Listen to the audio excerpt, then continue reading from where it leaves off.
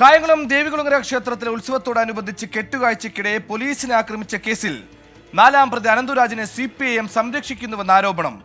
ആക്രമണത്തിൽ കായംകുളം പോലീസ് സ്റ്റേഷനിൽ 2 CPOമാർക്ക് മർദ്ദനമേറ്റിരുന്നു. അതിനു പുറമെ കൊലപാതക ശ്രമ കേസിൽ കായംകുളത്ത് മുൻ DYFI നേതാവും അറസ്റ്റിലായി.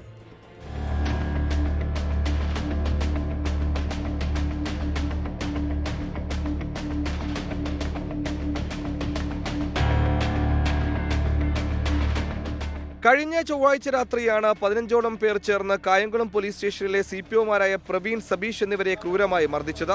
കെട്ടുകാഴ്ച കടന്നുപോകുന്നതിനു വേണ്ടി പ്രദേശത്തെ വൈദ്യുതി ലൈൻ ഉച്ചയോടെ വിച്ഛേദിച്ചിരുന്നു. എന്നാൽ രാത്രിയായിട്ടും വൈദ്യുതി പുനഃസ്ഥാപിക്കാനാകാത്തതോടെ നാട്ടുകാർ ചിലർ പോലീസിൽ പരാതിപ്പെട്ടു. പരാതിയുടെ അടിസ്ഥാനത്തിൽ ഉത്സവ ഡ്യൂട്ടിയിലുണ്ടായിരുന്ന പോലീസ് ഉദ്യോഗസ്ഥർ കെട്ടുകാഴ്ച വേഗം കടന്നുപോകണമെന്ന് ആവശ്യപ്പെട്ടതോടെയാണ് തർക്കമുണ്ടായത്. മർദ്ദനത്തിൽ ഗുരുതരമായി പരിക്കേറ്റ CPO പ്രവീൺ സ്വകാര്യ ആശുപത്രിയിൽ ചികിത്സയിലാണ്.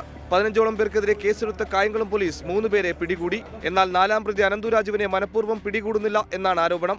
Kayamkulam CPIM area secretary P. അരവിന്ദാക്ഷന് ഡ്രൈവറായി ജോലി ചെയ്യുന്ന ആളാണ് അനന്തുരാജെന്നും പാർട്ടിയാണ് ഇയാളെ സംരക്ഷിക്കുന്ന ആരോപണവും പാർട്ടിക്കുള്ളിൽ നിന്ന് തന്നെ ഉയരുന്നുണ്ട്. എന്നാൽ തനിക്ക് സ്ഥിരമായി ഡ്രൈവർ ഇല്ല എന്നായിരുന്നു ഏരിയ സെക്രട്ടറി അരവിന്ദാക്ഷന്റെ പ്രതികരണം. കായംകുളത്ത് കൊലപാതക ശ്രമ കേസിൽ DYFI കായംകുളം ഏരിയ ജോയിന്റ് സെക്രട്ടറിയും ചിറക്കടവും ലോക്കൽ കമ്മിറ്റി അംഗവുമായിരുന്ന സാജിദ് ഷാജഹാൻ അറസ്റ്റിലായി. നിരവധി ക്രിമിനൽ കേസുകൾ പ്രതിയായിട്ടുള്ള സാജിദ് കോവിഡ് സമയത്ത് കായംകുളം MLA U. പ്രതിഭയെ സോഷ്യൽ മീഡിയയിൽ വ്യക്തിപരമായി ആക്രമിച്ചതിന് പാർട്ടി നടപടി നേരിട്ട ആളാണ്. 24 ആലപ്പുഴ.